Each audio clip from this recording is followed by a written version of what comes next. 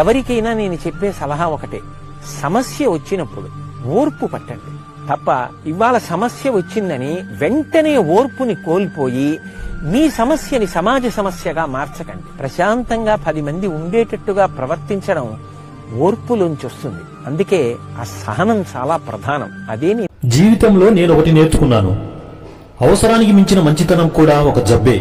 ఎందుకంటే నువ్వు అందరి మాట వింటూ పోతే నీకు కూడా ఒక మనసుందని, అది కూడా గాయపడుతుందని ఈ లోకం మర్చిపోతుంది. నిజమే, అతి మంచితనం చివరికి మన విలువను కూడా తగ్గించేస్తుంది.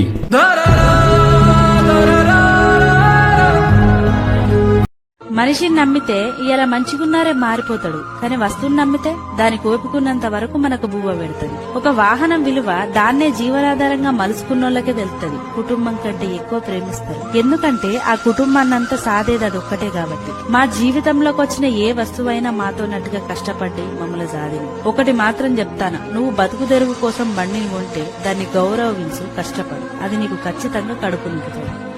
తేడాలు పుట్టించింది మనిషే. ఉన్నోడైతే ఓ లెక్క, లేనోడైతే ఓ లెక్క. ఈ మంటకెరకన ఎవరు మంచోళ్ళు ఎవరు చెడ్డోళ్ళని. కూటికి గతి లేని పేదోడు దచ్చినా, కోట్లకు పడిగెత్తిన ధనవంతుడు దచ్చినా ఒకే రకమైన ప్రేమతోని తన లోపల కలుపుకుంటాడు.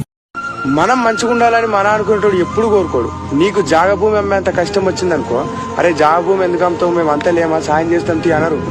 బయటోనికి ఎందుకు, మేమే కొంటాం 10 రూపాయలు తక్కువ కంటారు. ఎవ్వరి మీద ఆశ పెట్టుకోకు, అందరూ మనని ముంచేటోళ్ళే. తిన్న జరుగుతోంది, పడుకోగానే నిద్ర పడుతోంది. ఇంతకంటే ఐశ్వర్యం ఏం అక్కర్లేదండి ఎవరికైనా సరే. తిన్న జరుగుతోందా, పడుకోగానే నిద్ర పడుతోందా, ఈ రెండు ఉంటే 1,00,000 కోట్లు ఉన్నవాడి కంటే మనమే కోటిస్తాం. ఎందుకంటే 1,00,000 కోట్లు ఉన్నవాడు ఎవరికి తిన్నదని అనగదు, నిద్ర పట్టదు. ధృతరాష్ట్రుడిలాగే ఉంటాడు వాడు, విదురుల్లా ఉండదు. ఇదే మనం అలవాటు చేసుకోవాలి.